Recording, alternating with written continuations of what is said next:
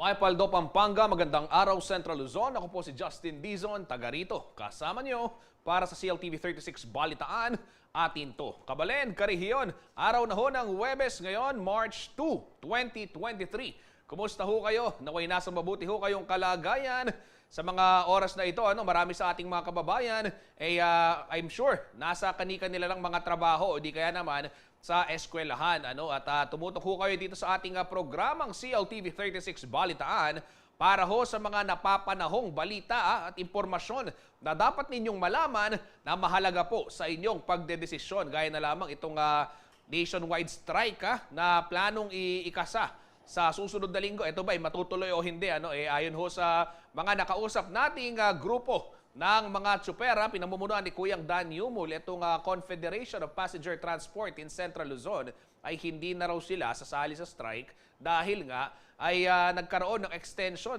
yung tinatawag na application for franchise consolidation. Yan ho yung ating tatalakayin at marami pang iba dito ho sa ating programang CLTV 36 Balitaan. At narito na hong mga malalaking balitang nakalap ng ating news team ngayong Huwebes ng umaga. Ito mga kabalen, ilang consumer ng Svelapco umalma sa pagtataas ng kanilang electric bill, bunsod ng buwis na mula ho sa bagong supplier.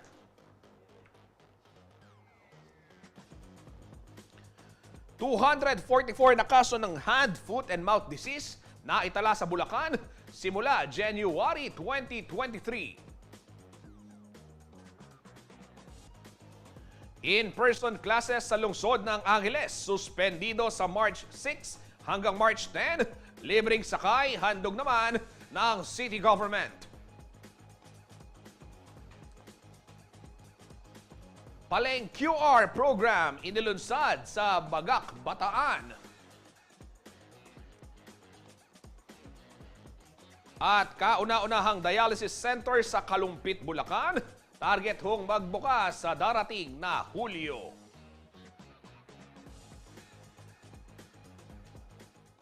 Ito ho mga kabalen, babalaho sa mga magulang at syempre doon sa mga kabataan, mag-ingat ho kayo dahil sa lalawigan ko ng Bulacan ay umabot na sa 244 ang bilang ho ng kaso ng hand, foot and mouth disease o yung HFMD. At simula ho yan nitong January 1 hanggang February 4 ng taong kasalukuyan. Sa datos ho ng Bulacan Provincial Health Office, pawang mga bata edad 5 pababa ang karaniwang dinadapuan ng HFMD. Dahil dito, mahigpit pong pinaalalahanan ni Governor Daniel Fernando ang kanyang mga nasasakupan na maging mapanuri ho sa sintomas ng naturang sakit. Kabilang ho sa mga sintomas na dapat bantayan ng hand, foot and mouth disease, ayon pong lagnat, kawalan ng gana sa pagkain, mga sugat, pantal sa balat, at maging yung pananakit ho ng lalamunan. Ugaliin din daw ang madalas na paghuhugas ng kamay at paggamit ho ng protective gear. Kung kayo ho ay may mga alagang hayop o mag-aalaga ng hayop.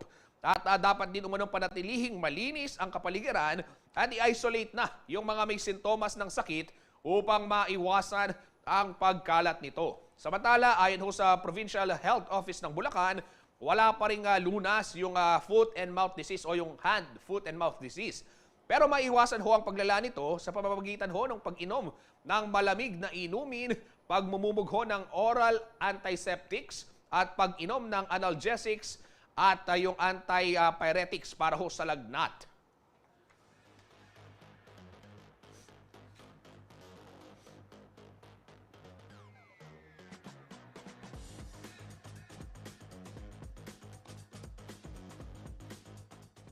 Ayan, sa ibang balita naman ho tayo, ikinagulat ho ng ilang mga Fernandino ang laki ng itinaas ho ng kanilang electric bill para sa buwan ho ng Pebrero. Hindi law po nila inaasahan na maliban ho sa generation charge increase ay mayroon ding itong kaakibat na buwis. Paliwanag naman ho ng SFELAPCO, otomatiko ang EVAT sa coal power energy na siya pong pinagkukunan ngayon ng elektrisidad. Narito pong exclusive report ni Jenna Lumbang Parungaw. Sa maliit na sari-sari store na ito sa Barangay San Agustin, Ciudad San Fernando, umaasa ang pamilya ni Margarita Bulgan. Mayroon siyang 3 anak, habang ang kanyang asawa ay pasundot-sundot lang kung magkaroon ng trabaho. Kaya naman ang mabalitaan ni Aling Margarita ang dagdag singil sa kuryente, nagbawas na raw sila sa paggamit ng mga appliances. Tanging ang kanilang freezer lamang sa tindahan ang pinaaandar. Nagbunga naman ang kanilang pagtitipid dahil ang dating 312 kilowatt-hour na konsumo noong Enero ay bumaba sa 274 ngayong Pebrero. Pero ang siste, sa halip na bumaba ang bayarin dahil sa pagbaba ng konsumo ay lalong tumaas pa ito. Ang dating higit 2,600 na bayarin noong Enero, naging 3,667 pesos ngayong Pebrero. Pagdating ng bill kahapon, ay Diyos ko po, nakakagulat po ang laki. Sobrang taas po. Nakakabigla talaga. Yung last bill, may sinulat daw sa SPELAP ko. Wala rin kasi ako nun. Tapos, kaso naman, yun nga, magtipid tayo. O mahigit 50 o mga 60 kilowatts yung tinipid namin. Wala rin nangyari. Lalo pang lumaki ang bayad. Kung pagkukumparahin ang komputasyon sa nakaraang electric bill, makikita na noong January ay nasa 4.22 pesos lamang kada kilowatt-hour ang presyo ng kuryente ng SFELAPCO. Sumampa naman ito sa 7.9 pesos nitong Pebrero. Wala namang paggalaw sa halaga ng distribution charge, ngunit nagkaroon ng pagbabago sa government revenues. Kung dati ay walang tax ang generation, makikita na sa bagong electric bill na mayroon ng sinisingil na 0.87 centavos na EVAT generation. Kung pagbabatayan ng January computation at walang naimplementang dagdag singil, ang generation at transmission charge ay nasa higit 1,461 pesos lamang sa halip na 2,541 pesos.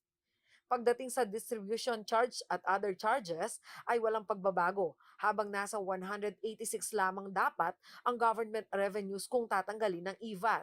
Kaya ang 3,667 pesos na electric bill ni Aling Margarita ngayong Pebrero, 2,346 pesos lamang ang presyo kung ang pagbabatayan ay ang komputasyon noong Enero. Ibig sabihin, tumaas ng higit 1,300 ang kanyang bayarin. Matatanda ang ipinaliwanag na ng SFELAPCO ang naturang dagdag singil ay bunsod ng mas mataas na generation charge ng bagong power supplier. Coal power ang source ngayon ng SFELAPCO na mas mahal dahil kumpara sa dating source na renewable energy dahil mayroon itong tax sa paggamit. Ito raw ang dahilan kung kaya't mayroong EVAT generation na makikita sa bill. At niyang EVAT in generation ni kasi same rules istungin ke hang source ay renewable. Nanti yan, coal. Bala mo uling yan, tatamban mong makanyan, import tayo, tampa ng bandang makanita, tatangab. Pati niyang VAT itang puwatang angkatan keti papunta keti. Kung tutuusin ay higit raw na mababa ang 7.9 pesos na inabot ng generation charge kumpara sa kanilang prediksyon na aabot pa ito ng higit 10 piso. Ang generation charge daw kasi ay nakabatay sa halaga ng nabibiling coal ng power supplier. Minuli mong 790 kasi may mag-improve yung prices ng coal in world market. Baba. Not because of any intervention. It is market-driven. So therefore, kung mababa ang puhunan ng panangap mo, mababa dapat singilan din. Samantala, hindi umano kumbinsido ang pamahalaang panlunsod ng San Fernando sa price increase. Hindi raw kasi ito dumaan sa Energy Regulatory Commission o ERC na siyang nag-aaproba kung may pagtaas sa singil, kaya patuloy itong idinudulog sa iba't ibang tanggapan ng gobyerno. Umaasa naman si Aling Margarita na magbubunga ang ginagawang aksyon ng city government. Pasalamat sana kay Mayora kung talagang may paglaban. Ay malaking tulong po sa amin. Sana nga, wag na lang ituloy yung pagtaas ng kuryente dahil kawawa naman yung gaya sa amin na mahirap. As-taas na nga lahat ng bilihin tapos dumagdag pa yan. Talagang tipid-tipid talaga kung kahit paanong ang tipid namin. Talagang ganun. Ako si Jana Lumbang Parungaw, taga rito. Kasama nyo para sa CLTV 36 News, atin to. Mga karehiyon, high-tech na ho ngayon ang pamamalengke sa bayan ho ng Bagak, Bataan matapos pong ilunsad ng pamahalaang panlalawigan ito hong Paleng QR program.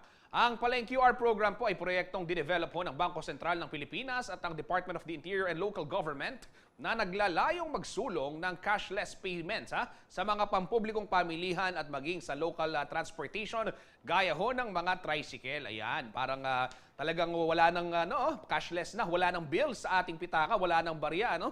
Parang yung ating mga kasama dito si Kuyang Ray Bravo pag nagmimerienda kami, cashless agad yung sinasabi niya, doon tayo sa walang bills. Ayan, pwede kang mamalengke sa Bagak, Bataan. Ayon ho kay Governor Joed Garcia, bahagi ito ng programa nila na Bisita Bayan para humailapit yung serbisyo ng Kapitolyo sa mga mamamayan ng Bataan.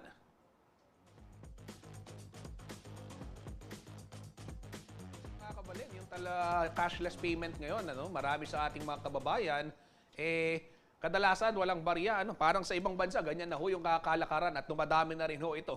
Ayan, nakasasabay ho tayo sa teknolohiya, doon sa yung mga inilulunsad na mga ganyang programa. Makatutulong din para mapanatili rin yung kalinisan. Kasi kung nagpapalitan pa ng pera, alam naman ho natin, nandyan pa yung COVID-19, marami pang kung ano-anong sakit. Makatutulong din ho yan para mas maging malesen yung contact.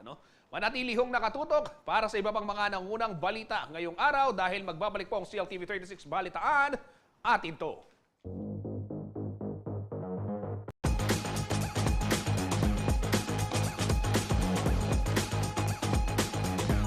Magbabalik po ang CLTV 36 Balitaan sa punto ito mga karihiyon. Bigyan daan muna natin yung ilang scheduled power interruption dito sa lalawigan ng Pampanga. Meron hong scheduled power interruption sa Biyernes. Bukas ho yan, March 3, alas 9 ng umaga hanggang alas 12 ng tanghali sa may San Luis, Pampanga. Kabilang ho sa mga apektadong lugar ay ang Santa Catalina, Santa Cruz, Pambilog at San Sebastian dahil yan sa pole and line maintenance. Alas 9 ng umaga hanggang alas 5 naman ng hapon po, bukas din, March 3, araw ho ng Biyernes. Sa ilang bahagi naman ng Candaba, Bambang, Buas, Gulap at Paralaya. Yan, maghapon po yung power interruption dahil pa rin sa pole and line maintenance. Kalisangan natin, pati ngapon. Ini po, March 3, Friday, 9 a.m. hanggang 5 p.m. Sa Candaba rin ho, Pasig, Pescadores and Poblacion. Ayan, buti na lang ang ating TTG girl na si Leana Canilaw wala sa bahay bukas. At hindi siya maiinitan. Ayan, 9 a.m. hanggang alas 5. Paghandaan nyo yan mga kabalin At ito pa rin, sa Candaba pa din, sakop pa rin ho nung naturang power interruption 9 a.m. hanggang 5 p.m. Yung San Agustin at Santo Rosario. Mandasig,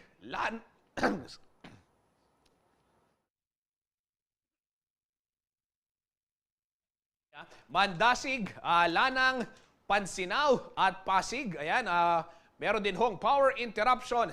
Bukas, araw ho ng Biyernes, alas 9 naman yan hanggang alas 12 lang ng tanghali. Yan. Ito naman hong sa Lubao, Pampanga, March 3. Araw din ho ng Biyernes, alas 9:30 ng umaga hanggang alas 3 ng hapon ay magkakaroon ho ng power interruption para bigyang daan yung clearing ng mga lines. Meron din hong power interruption bukas Biyernes, alas 9 ng umaga hanggang alas 5 ng hapon. Diyan ho sa may Santa Rita, Pampanga, partikular na ho sa Barangay Dolores. Dahil naman yan sa relocation ng mga poles upang magbigay daan ho sa DPWH Bridge Construction.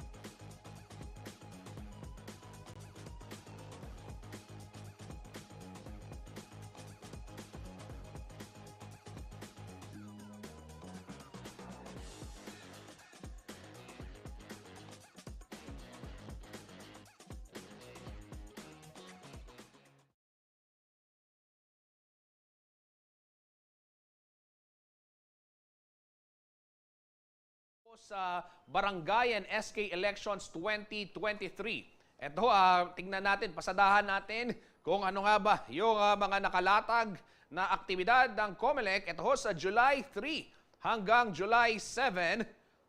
July 3 to July 7. Ito na ho yung filing ng Certificate of Candidacy.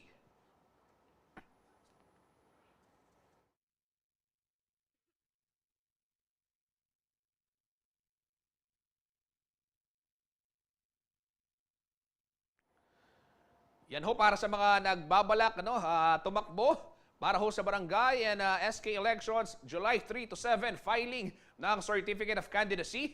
Ito naman hong July 3 hanggang November 14 ay yan ho yung maituturing na election period at ipatutupad ho yung COMELEC election gun ban sa mga oras o sa mga panahon pong iyan. 3 ng Hulyo hanggang 14 ng Nobyembre. Pagdating naman ho ng July 8 hanggang October 18, mahigpit pong ipinagbabawal ang pangangampanya. Habang magsisimula naman ho sa ikalabing siyam ng Oktubre hanggang ikadalawamputwalo ng Oktubre yung campaign period. Ayan, pakitandaan ho yan mga kabalen, mga karehiyon. July 8 hanggang October 18, bawal ho ang pangangampanya. At magsisimula naman ang campaign period sa October 19 hanggang October 28. Yun naman hong liquor ban, ayan, October 29 hanggang October 30, ay ipatutupad ho yung liquor ban. Naku, apektado yung mga Halloween party ng mga kakilala natin sa mga panahong ito. Yan, bawal ho ang alak. Huwag hong kakalimutan dahil yung 30 ho ng Oktubre, alas 7 ng umaga hanggang alas 3 ng hapon, ay yan ho ang itatalagang election day. Yan ho yung para sa barangay and sangguniang kabataan elections. At yung November 29, yan ho yung huling araw ng pagfa-file ng SOSE o yung Statement of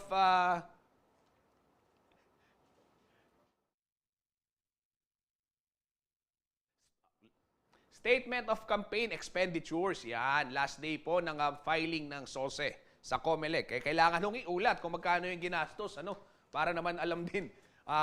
Baka kasi sabihin ng iba, ang daming ginastos sa kampanya, binabawi pag naupo. Huwag kong ganun mga kabalen, mga karehiyon. Huwag kong gawing negosyo ang panunungkulan sa ating bayan. Yan. Sige, dumako naman tayo sa ibang balita. Ito sa lungsod ng Angeles, suspendido po yung face-to-face classes sa mga pribado at pampublikong paaralan. Mula ho March 6 hanggang March 10, bunsod ho yan ng posibleng pagsali ng mga jeep sa lungsod doon sa tinatawag na nationwide transport strike. Ayon ho sa Executive Order No. 10 na pinirmahan po ni Mayor Carmelo Pogi Lazatin Jr., hinihikayat ang mga paaralan na magsagawa muna ho ng modular at online classes para sa mga apektadong estudyante. Magkakaroon din daw ng libreng sakay ang lungsod para ho sa mga pasaherong posibleng maapektuhan oras ho na matuloy yung strike.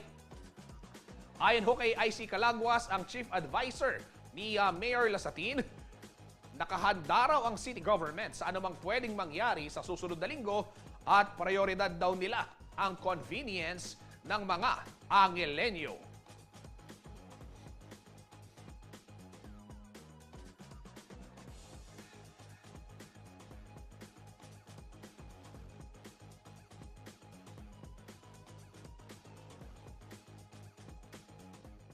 Kaugnay ho ng balitang yan, inanunsyo po ng Land Transportation Franchising and Regulatory Board o LTFRB na extended ho hanggang December 31, 2023 ang application for consolidated franchise ng mga PUJ drivers and operators. Ang consolidated franchise po ay isang hakbang sa pagbili ho ng mga bagong sasakyan na itinutulak ng pamahalaan sa ilalim naman ng tinatawag kong PUV Modernization Program. Kaugnay ho ng balitang yan, narito ang ilang pahayag ni Kadan Yumul, ang chairperson ng Confederation of Passenger Transport of Central Luzon. Ang issue po, number one, para alam po ng mga taga-subaybay natin, extended po yung June 13 plus na, magiging December 31 na po. At syempre, hindi naman po mo in-extend na tapos na ang laban namin. Marami pa pong laban na haharapin kami. Pero sana, wag namang ganun na nasasakripisyo ang mananakay at taong bayan. Ano po, aralin nila ng maayos at ang pinaka-importante sa lahat bago sila maglabas ng MC, siguraduhin nilang po properly dumaan sa taming proseso, katulad po ng public hearing o makukonsulta kami. Pangalawang issue po, papayagan na rin nila na lahat po ng na-expired na prangkisa before pandemic 2018 na 2023, pwede na pong mag-file ng late filing. Pangatlo, yung pong mga na-penalize dahil financial hardship dahil sa pandemic, nasa pandemic recovery tayo, waive po lahat ng penalty na ini-impose po sa isang operator magpa-file siya. Pangapat, yung lahat ng nakabili po ng mga sasakyan o prangkisa, inaalaw na po nila yung tinatawag nilang sell and transfer, Pangapat, ito po, napaka-importante dito. Dahil kung wala pong LPTR, i-issue yung gobyerno o LGU, hindi ka makakapangutang sa Land Bank o DPM. Ngayon, magpapasa na lang po ng alternative certification ng LTFRB para pautahin kami ng bangko.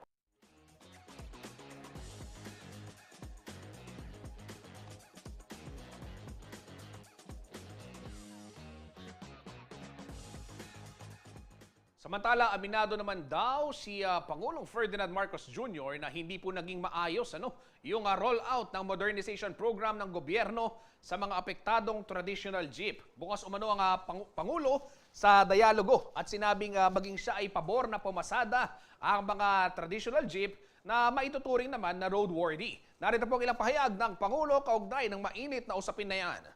Aking palagay, dapat ang pwedeng gawin ay inspeksyonin yung mga vehicles. Kahit luma, may luma naman na maganda pa rin eh. May luma naman na pwede pang gamitin eh. So baka tignan natin na hindi yung just because 5 years old or 10 years old, hindi na pwede. Tignan natin yung kondisyon eh. Kung maganda mag-alaga yung driver, maganda yung jeep niya, pwede pang gamitin yan, safe pa naman. Sa pag-aaral ko, parang hindi maganda ang naging implementation nung modernization. Tama naman yun. Kailangan safe yung mga jeepney, yung mga tricycle, yung mga bus. Kailangan safe yan. Pero iba-iba yung naging standards na ginawa. At tignan natin. Kung siguro kaya natin kausapin ang mga transport groups at sabihin natin, hindi, babaguhin talaga namin para hindi masyadong mabigat sa bulsa ng bawat isa. The modernization program also was a first step towards electric vehicles. So, siguro, we will eventually move there. Pero, kailangan pa rin nating ayusin ang supply ng renewables. Kasi, ang sinasabi ng mga nag-aaral, kung talagang para sa climate change yan, kahit na electric vehicle ka, magcha-charge ka, yung kuryente galing din sa coal-fired plant. Di ganun din. Walang nagbago. Linipat mo lang yung pollution ng konti, So that's an improvement, but doesn't help climate change. That's why kailangan pag-aralan natin ang timetable.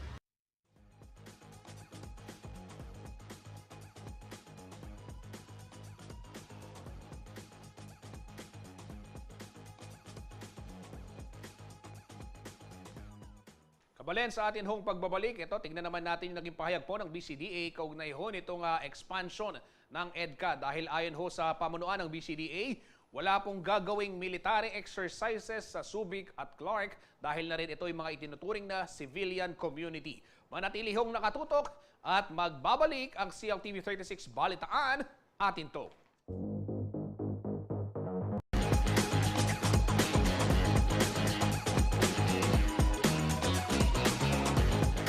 Nagbabalik po ang CLTV 36 Balitaan. Sa puntong ito, mga kabalen, mga karehiyon, bigyang daan muna natin yung pagsilip sa daloy ng trapiko sa kahabaan po ng North Luzon Expressway. Mula ho yan sa NLEX Corporation, live na live ho yan.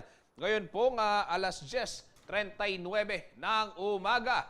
Ito ho nasa gawing kaliwa, sa pinakataas, yan ho yung Balintawak.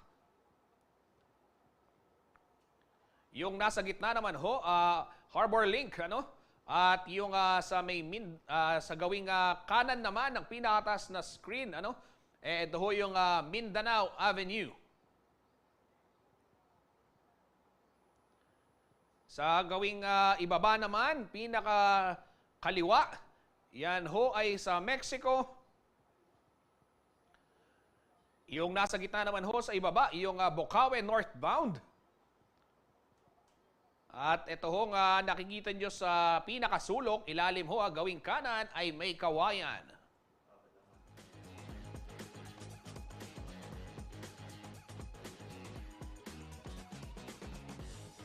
Ho sa mga babiyahe, huwag kalimutan pong i-check ang inyong mga sasakyan at siguraduhin nasa maayos silang kondisyon. At syempre, yun pong mga magmamaneho, tiyakin na nasa maayos din na kondisyon ang inyong pangatawan at huwag hong kalimutang magbaon ng mahabang pasensya at syempre, disiplina ho sa kalsada para maiwasan ang mga aberya. Samantala sa iba hong balita, nilinaw na ho ng Bases Conversion and Development Authority o BCDA na hindi po kasama sa mga opsyon ng pagdarausan ng military exercises sa ilalim ho ng Enhanced Defense Cooperation Agreement o EDCA ang Clark at Subic. Ayon po sa pamunuan ng BCDA, focused ngayon ang ahensya sa mga nabanggit na dating base militar ng Estados Unidos, yung pagpapalago ho ng ekonomiya at infrastructure development. May ulat ho si Paulo G. Santos. Walang magiging military exercise sa dating mga base militar na mga tropang kano sa Clark at Subic. Ito ang pahayag ni Retired General Delfin Lorenzana, ang chairman ng Bases Conversion and Development Authority o BCDA, kaugnay ng planong expansion ng Enhanced Defense Cooperation Agreement o EDCA sa pagitan ng Pilipinas at ng Estados Unidos. Ayon kay Lorenzana, pawang mga civilian community na ang Clark at Subic at nakatuon ngayon ang gobyerno para sa higit na pagpapaunlad ng ekonomiya sa mga lugar na ito. Ito lang ang ang hula ko ay yung EDCA kasi ay ilalagay sa military camps. Ang Clark hindi na military camp ito. It is already a civilian airport. Sa kasalukuyan, mayroon ng 5 predetermined EDCA sites at 2 dito ay matatagpuan naman sa Central Luzon. Ang mga ito ay nasa Antonio Bautista Air Base sa Puerto Princesa, Palawan, Lumbia Airfield sa Cagayan de Oro, Benito Ebuen Air Base sa Cebu at Basa Air Base sa Florida Blanca, Pampanga at Fort Magsaysay Military Reservation sa Nueva Ecija, kung saan matatagpuan ang pinakamalaking kampo ng militar sa bansa at madalas na lokasyon ng Philippine-US military exercises. Habang ang karagdagang 5 pasilidad ay posibleng itayo sa Cagayan, Palawan, Isabela at Zambales na sisimulan umano sa taong 2023 dahil hindi pa natatapos ang iba pang mga kasalukuyang proyekto. So mayroon sila dyan sa Basa na ginawa nila noong 2018, tapos siguro sa Magsaysay at iba pang mga kampo, pero hindi sa Clark. Kinumpirma naman ni Lorenzana na under negotiation na ang planong paglilipat ng kampo ng Philippine Air Force na kasalukuyang nasa Clark. Ito'y bunsod umano ng gagawing second runway para sa Clark International Airport. Pinag-uusapan namin yan ngayon kung ano ang magandang hakbang natin gawin dito sa Air Force na to. Relocation. Either ilipat sila doon sa New Clark City or ilipat sila sa Basa. Ay tingnan natin kung ano ang mas maganda. Hindi ko alam kung kailan ba. At gusto namin i-resolve kaagad dyan para makaumpisa na tayo. Dahil itong kinaturunan nila ngayon, itong lugar nila ngayon, dyan gagawin yung pangalawang runway. Samantala, kasabay ng patuloy na rollout ng big ticket infrastructure project sa rehiyon, partikular na sa New Clark City, umaasa raw ang BCDA na makakasabay sa pag-unlad ang mga karatig bayan at syudad. But dito sa BCDA kasi, inasahan namin na pagka nag-develop na yung New Clark City, yung mga karatig bayan magde-develop din. Kaya nga minsan nagkaroon ako ng chance na kausapin yung mga mayor ng mga nakapaligid na bayan dito. At sabi ko sa kanila, sabayan nila yung New Clark City, kung ano man yung ginagawa doon, ay gawin din nila yung magandang plano, yung mga bayan nila. Otherwise, magkakaroon tayo ng napakagandang syudad, New Clark City at saka Clark, nakapalibot naman parang slums. Ako si Paulo G. Santos, taga rito kasama nyo para sa CLTV 36 News, atin to. Manatiling nakatutok at magbabalik ang CLTV 36 Balitaan, atin to.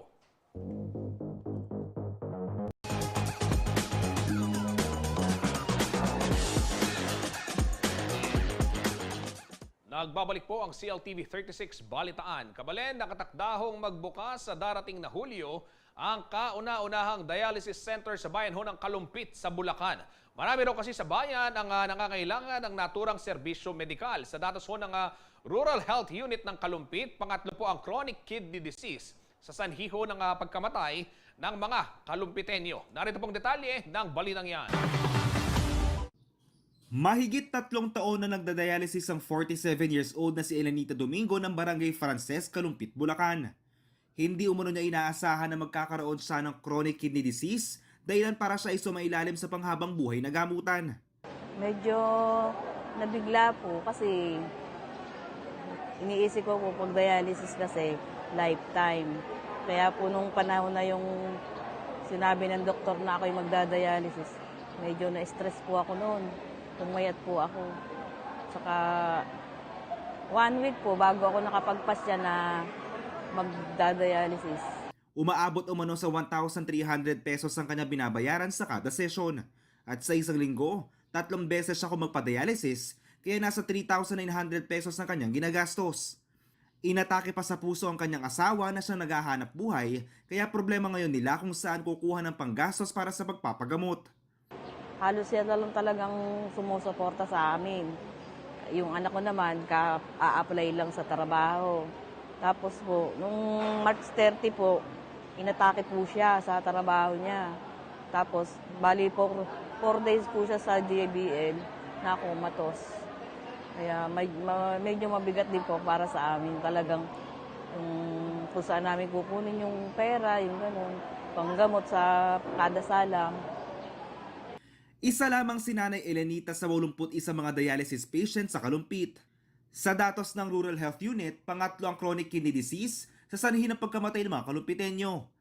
Dahil dito ay naisipan ng lokal na pamahalaan na makipag-ugnayan sa isang pribadong kumpanya na makapagtayo ng sariling dialysis center para sa mga mahihirap na pasyente. Kasi nung nag-house to house ako, nung campaign period, nakita ko yung mga dialysis patient na halos lahat walang pambayad. So, napakalaking tulong nito para sa kanila. Ma'am, paano natin nakilala itong Steritex para makipag-coordinate tayo, makipag-partnership tayo para sa libreng dialysis center? Actually po, 3 company yan. Pero nung nakita ko na madaling kausap at itong Steritex company at willing sila dun sa katulad niyan, yung injection libre. So, nakita ko sa kanila na yung company nila, it's more on sa foundation din, more on sa makakatulong din. Kaya sa kanila tayo nakipag-MOA. Mayroon na umunong available na gusali sa Barangay Canyoga kung kaya't hindi na kailangan pa magtayo ng bago sa dialysis center na may 15 dialysis machines. Wala na rin naman babayaran kahit 5 sentimo sa mga pasyente dahil nakipag-ugnayan na ang lokal na pamahalaan sa PhilHealth para sa gagastusin kada sesyon. Inaasahan naman na magiging operational na ang naturang dialysis center sa Hulyo. Miyerkules, March 1, nang pirmahan ng Kalumpit LGU at ng pribadong kumpanya ang Memorandum of Agreement para sa proyekto. Kasabay nito ay bumuo ng human ribbon ng mga opisyales at empleyado ng lokal na pamahalaan sa tapat ng munisipyo bilang hudyat ng kanilang suporta sa pagsisimula ng Kidney Cancer Month. Ako si JM De Jesus, taga rito, kasama nyo. Para sa CLTV 36 News, atin to.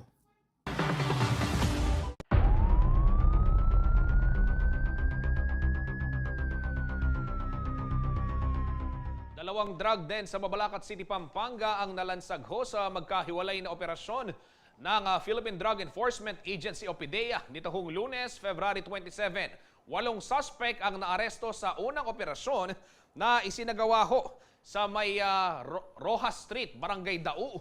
At 5 individual naman po ang naaresto sa sumunod na operasyon sa parehong barangay. Nakakumpiska po mula sa mga suspect ang 27 gramo ng shabu na may street value na 186,300 pesos. Kasong paglabag po sa Republic Act 9165 o Comprehensive Dangerous Drugs Act of 2002 ang isasampa laban sa mga naarestong suspect. Samantala, 2 drug suspect din sa lungsod ng Angeles ang naaresto ng mga otoridad. Dito rin pong Lunes, February 27, na-recover ho mula sa kanila ang 11 sachet ng hinihinalang shabu na may timbang na 55 grams at nagkakahalaga ng 374,000 pesos.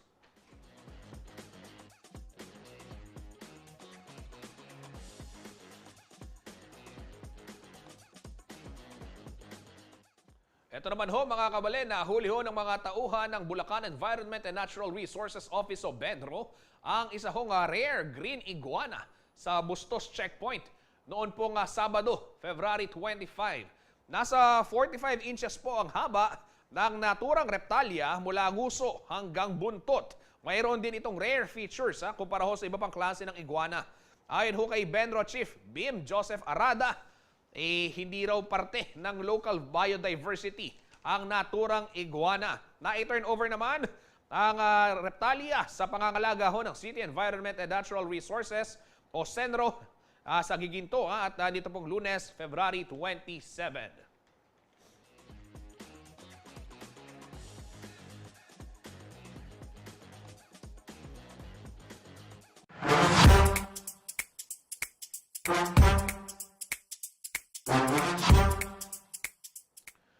Ito ho, bago ako magpaalam, bigyang daan muna natin yung top pick question of the day. Nano, ing paborito mong pamangan, anyang anak ka? Ay, Diyos ko. Sakit na pong pakibatanin ko ngayon eh. Sige nga, basahin natin. Sabi ni Arnel Dizon Berse, ebon sa giwa, tapos dinan may asin ang pong gatas damulag ang pong asin. Nung atin tuyo, mas manyaman. Throwback ko, talaga, anyang malatigo.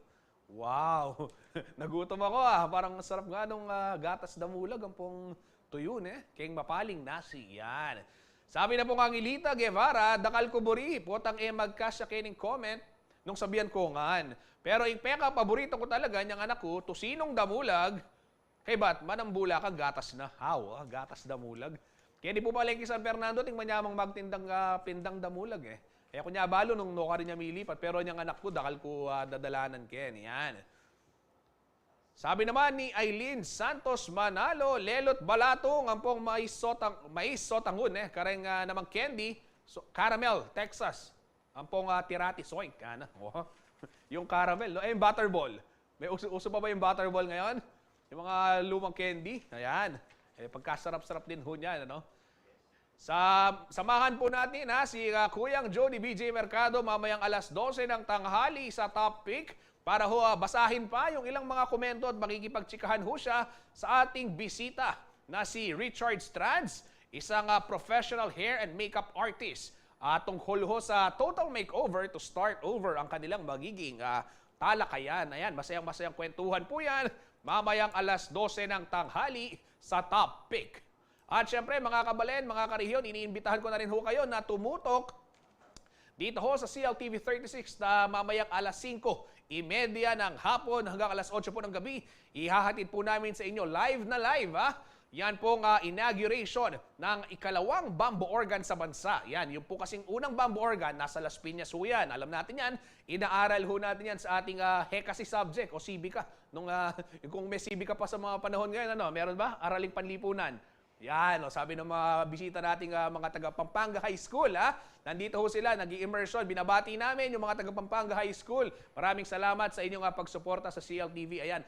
Gaya nga ng nabanggit, yung unang Las Piñas, yung bamboo organ, nasa Las Piñas. Alam niyo ho ba na yung pangalawa, nandyan po sa may Betis, sa Guagua, Pampanga. At yan po ay mamaya ipaparinig po sa publiko yung kanilang napakagandang tunog. At syempre, meron pong pagtatanghal yung iba't ibang cultural organization, partikular na ho dyan sa Betis, Guagua, Pampanga. So tutukan ho ninyo yan, live ho yan sa ating social media platforms at CLTV 36 Official sa ating YouTube, Facebook, at syempre pwede rin ho yung mapanood sa ating sa TV, Channel 115 sa Signal, nationwide ho yan, at sa ating 39 cable partners dito naman sa Central Luzon at maging sa Free TV, Channel 36.